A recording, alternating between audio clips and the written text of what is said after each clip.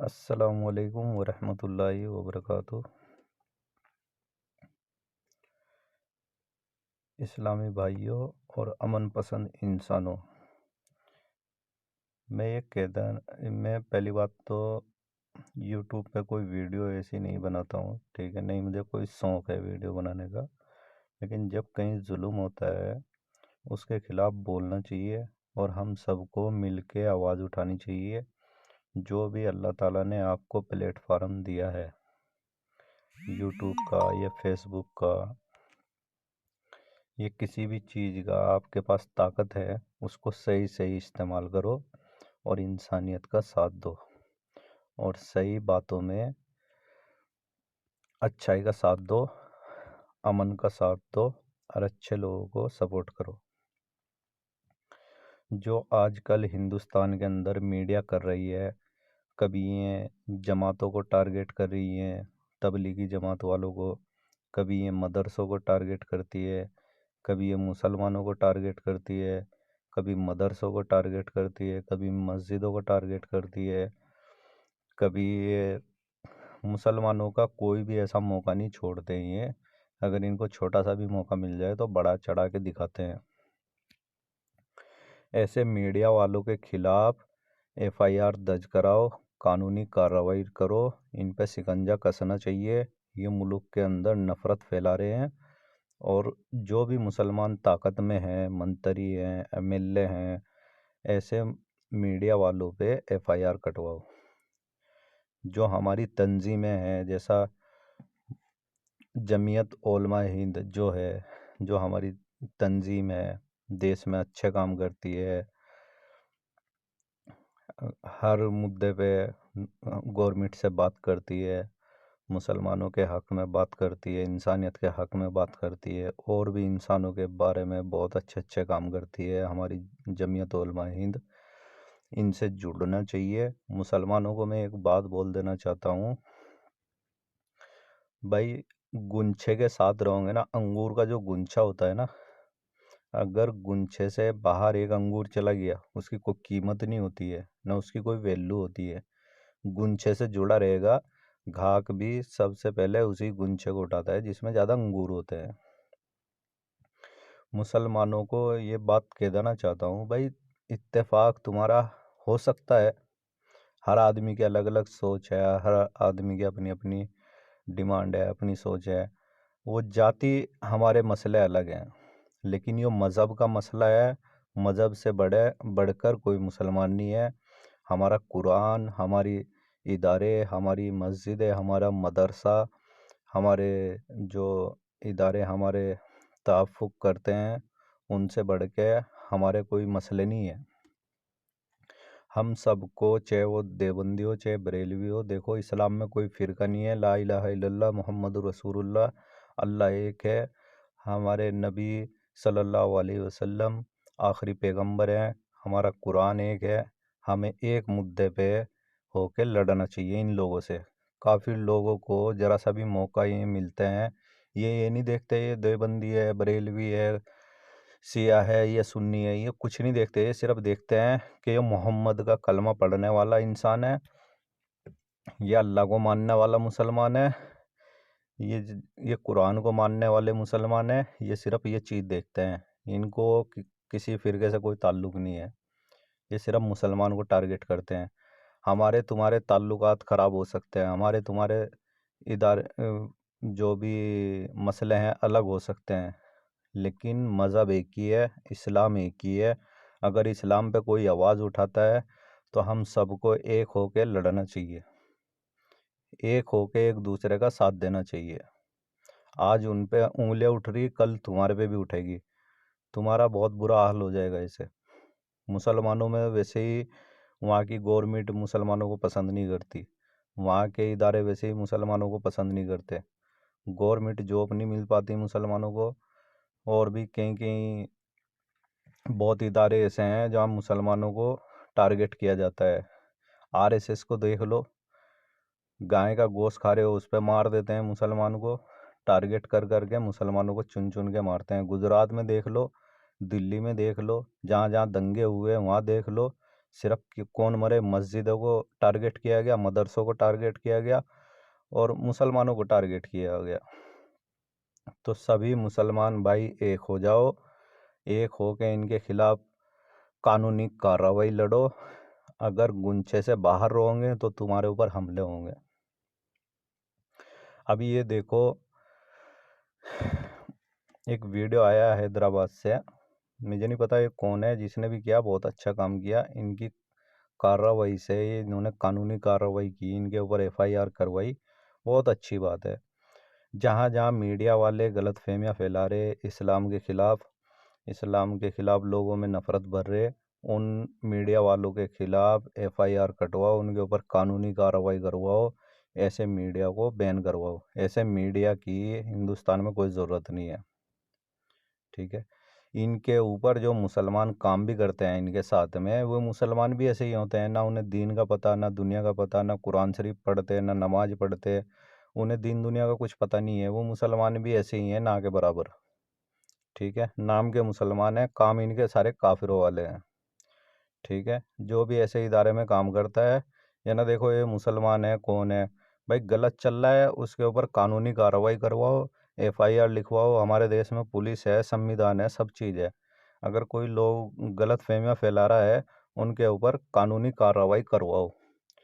جہاں جہاں بھی کوئی میڈیا والا غلط فہمیاں پھیلا رہا ہے یا کوئی پولیس والا غلط کام کر رہا ہے، ہمارا سنویدھان اجازت دیتا ہے، اس کے خلاف FIR لکھواؤ، اسے بین کرواؤ، ٹھیک ہے۔